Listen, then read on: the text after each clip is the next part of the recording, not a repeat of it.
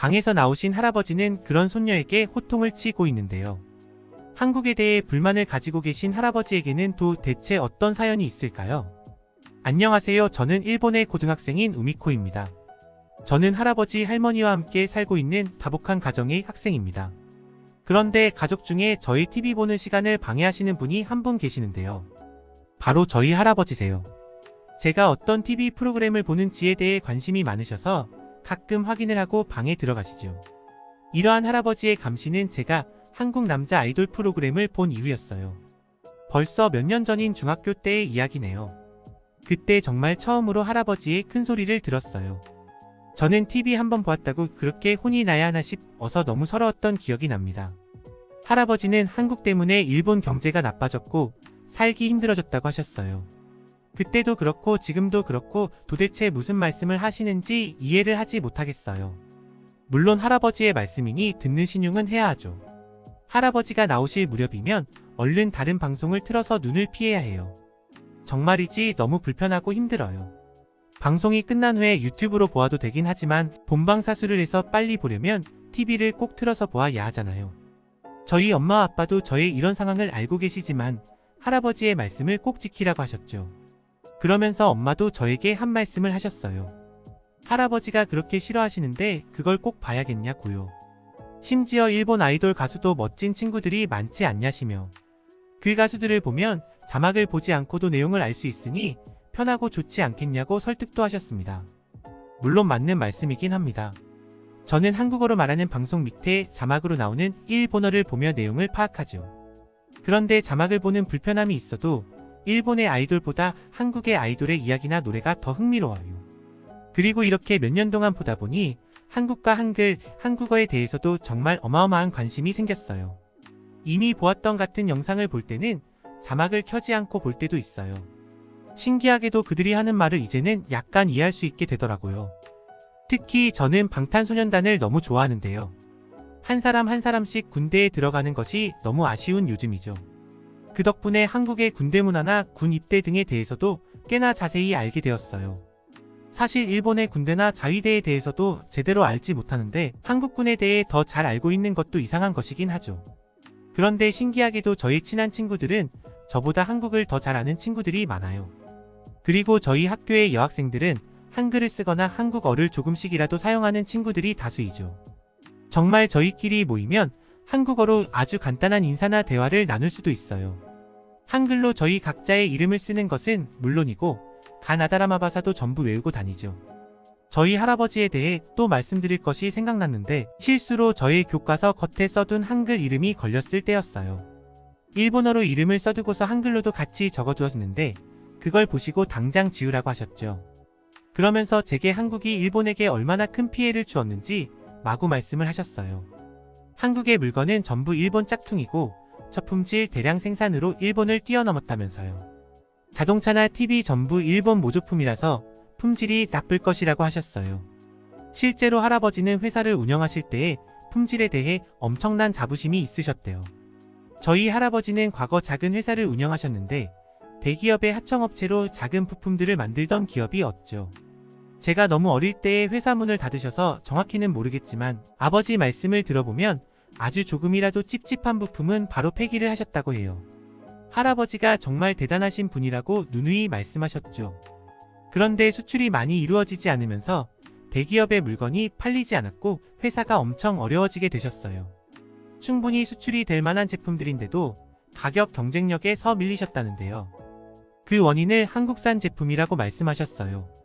한국에서 일본의 좋은 제품들을 전부 따라하고 값싸게 수출하는 바람에 일본의 판로가 막혔다고요. 그리고 일본에서 30년이 넘는 시간 동안 경제 성장이 멈춰버렸다고 했어요.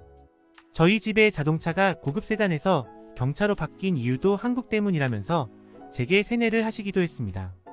지금은 또 한국인들이 하도 일본에 와서 엔저 현상의 수혜를 입고 있다며 정말 마음에 들지 않는다고 하셨죠. 한국 입장에서 한국에서 먹는 밥값보다 일본에서 먹는 밥이 더 저렴한 상황이라고 하시면서요. 한국인은 다른 가격으로 받아야 한다고 정말 열변을 토하시더라고요. 불과 20년 전만 해도 한국의 물가는 일본의 반값이었다면서 이렇게 바뀌는 것은 말이 안 된다고요.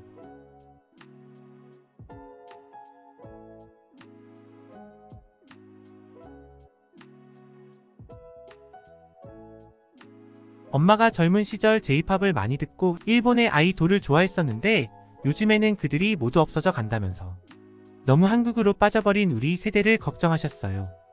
아니, 일본의 아이돌이 한국의 아이돌처럼 멋있으면 당연히 일본의 음악을 듣고 팬이 되겠죠.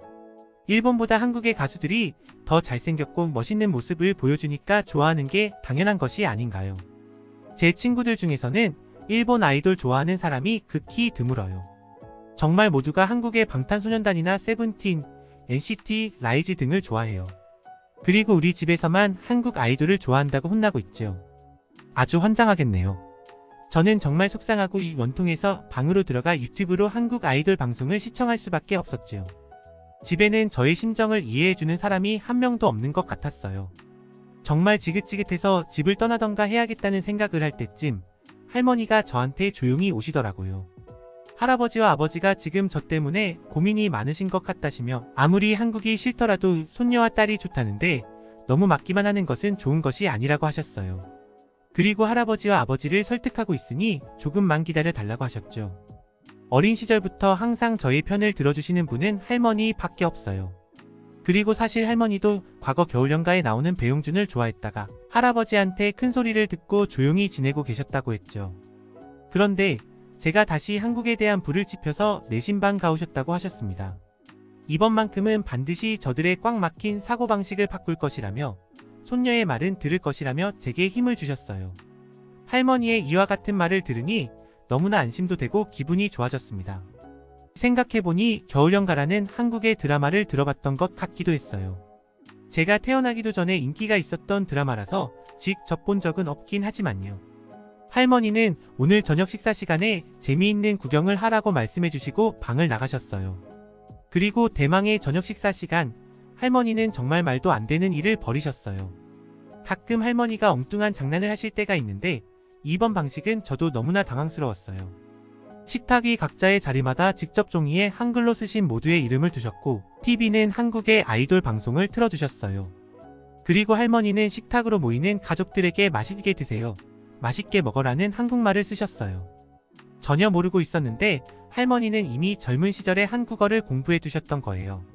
하긴 겨울연가를 몇 번이나 다시 보셨다고 하고 윤사마라고 하는 배우를 좋아한다고 하셨으니까요. 할아버지와 아버지는 할머니의 이런 모습을 보고 한숨만 쉬실 뿐 아무 말도 하지 않으셨어요. 알고 보니 할머니께서는 생각보다 대단하신 분이었더라고요. 과거 할아버지의 회사 운영이 어려운 시기 다른 사업을 추천하시면서 그동안 모아두신 금부치를 팔거나 자투리 돈을 평생 모아서 만든 비상금을 할아버지 회사 운영에 도움을 주셨다고 했어요. 할머니가 몰래 여기저기 투자해둔 부동산도 팔아서 드렸다고 하니 그 돈의 액수는 상당히 컸다고 해요. 특히 할머니는 한국 문화 콘텐츠 수입 산업에 그 돈을 사용한다며 많은 돈을 벌 거라고 하시며 주신 거였다고 하더라고요. 이미 오래전 겨울연가를 보시면서 한국 콘텐츠에 대한 기대감이 있으셨던 것이죠. 실제로 지금으로부터 20년 전부터는 한국의 K-팝과 한국의 드라마나 영화가 본격적으로 세계 무대의 강자로 우뚝 서고 있을 때였죠. 만약 지금과 같이 K-팝이 유명해지고 넷플릭스에서 한국 드라마가 일본의 상위권을 차지할 줄 미리 알았다면 할아버지께서는 정말 떼돈을 버셨을지도 몰라요. 그런데 할아버지는 할머니가 주신 그 돈을 전부 그동 안 하던 사업에 투자를 하셨다고 합니다. 지금 생각해보면 정말 너무 아쉬운 선택인 것 같아요. 너무 오래된 산업에만 매달려서는 이득 볼 수 없는 거잖아요. 결국 할머니까지 쫄딱 망하게 되셨죠. 할아버지께서는 아마 이런 일이 있었기 때문에 한국의 컨텐츠를 더욱 보기 싫어지셨을 수도 있죠. 저는 할머니를 정말 다시 보게 되었고 이런 일 이후부터 한국 아이돌 영상이나 드라마도 마음 편히 볼 수 있었어요. 솔직히 할아버지의 회사가 어려워진 것은 저렇게 세상을 편협하게 보기 때문이기도 할 거예요. 저도 할머니의 행동을 보고 나서 무언가 오기가 생겼죠. 할아버지와 아버지를 한국에 빠지게 하는 거예요. 사실 한국을 공부하면서 알게 된 사실인데 일본의 천황이나 많은 일본인들이 조상이 한국인이더라고요. 어떻게 보면 일본인 선조들의 나라인데 굳이 싫어할 이유가 없잖아요. 우선 제가 직접 사온 재료들로 한국의 음식들을 만들어 보기로 했어요. 할아버지와 아버지가 맛있게 드시고 나서 음식의 이름을 말씀을 드린다면 분명 놀라실 거예요. 제가 가장 좋아하는 한국 음식이 불고기인데 그걸 만들어 보기로 했어요. 짭짤하면서도 달콤한 고기를 맛보시면 일본의 규동이 덜 생각나게 되실 겁니다. 그리고 소불고기를 만들어서 규동처럼 드렸죠. 한 입 맛보시고 어떤 반응을 보이실지 계속 지켜보았습니다. 역시나 할아버지와 아버지 입에서는 오이시라는 말이 자동으로 나오더라고요. 그리고 규동의 느낌과는 다르다며 이게 무슨 요리냐고 하셨죠. 규동보다 더 맛있다면서 여러 그릇을 드시더라고요. 저는 굳이 말씀드리지 않았어요. 전부 드셨을 때에 폭탄처럼 말씀드릴 타이밍을 기다렸죠. 옆에서 드시고 계시는 할머니와 엄마는 조용히 웃고 계시더라고요. 그리고 소불고기를 전부 먹어갈 때쯤 사실 이것은 한국의 소불고기라는 것이라며 한국 아이돌 가수가 만들어 먹는 레시피대로 만들었다고 했습니다. 할아버지와 아버지는 이제 두 손 두 발을 다 들고 계신 모습이셨어요. 그러면서도 오이시라는 말씀을 멈추지 않으시고 한국 음식에 대해 처음으로 칭찬을 하셨어요. 심지어 식사를 마치고 나서 아버지는 콧노래를 부르고 계셨는데 저는 정말 놀라지 않을 수 없었어요. 제가 맨날 듣던 한국 아이돌의 노래였던 거예요. 정말 웃기고 재미있어서 아버지에게 그 노래를 알려드렸더니 황급히 자리를 뜨시더라고요. 저희 집에도 이제 한국 문화가 스며들고 있는 것 같아요. 할머니는 요즘 다시 겨울연가를 틀고 보시기도 하고 저는 한국 노래를 편하게 틀고 봅니다. 이제 한국 아이돌을 좋아하는 친구들도 집에 초대해서 편하게 놀 수 있고요. 제 방에도 아이돌 포스터들을 붙여도 뭐라고 하지 않게 되셨죠. 진작부터 이렇게 살았어야 맞는 거였어요. 정말 속도 후련하고 더 이상 불필요한 죄책감이 들지 않아요.